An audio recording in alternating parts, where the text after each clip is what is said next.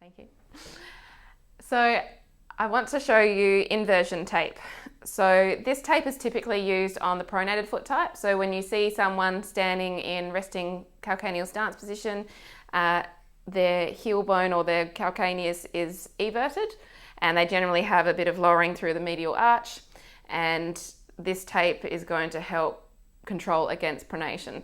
So when you see too much pronation, this is a good tape to think of. I would definitely 100% use it in the case of tibialis posterior dysfunction or tendinopathy.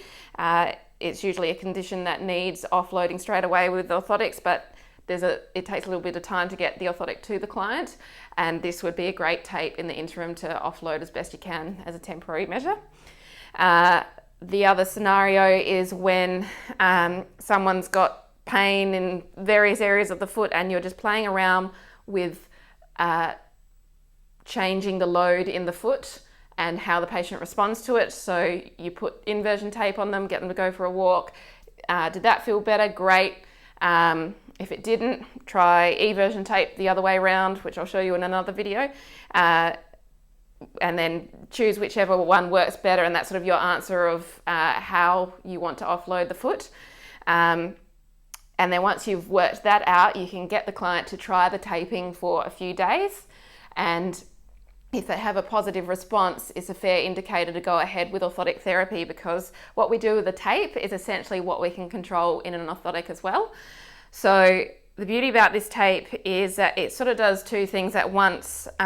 So you're going to get some rear foot control with some increased inversion, and then we're actually going to wrap the tape up the arch to give that medial arch a little bit of support as well.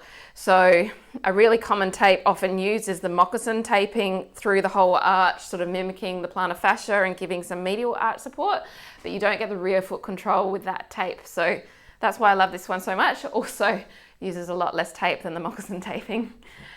So generally I get the client, if they're short, to bring their heel off the end of the bed, because you're going to need a wrap underneath. I get them to hold their foot just in that neutral position, roughly. And for inversion taping, we're starting on the inside or the medial aspect of the foot. And as you can see here, I go on a little bit of an angle. I just find it easier to wrap, but you can go more on a straight angle. That doesn't matter too much.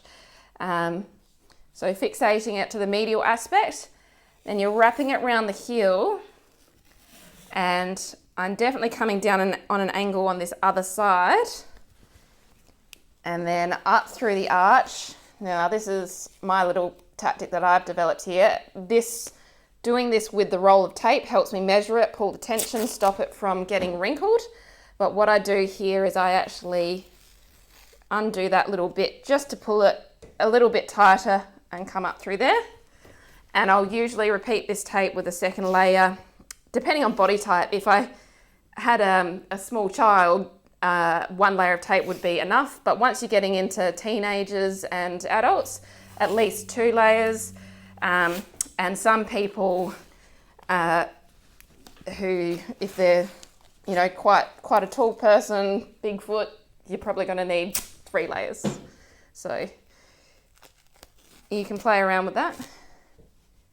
And with the second layer, I just overlap it slightly. So you're coming over the navicular there and really pulling up through the arch to get that tension. When they walk around, they should feel a little bit of arch support.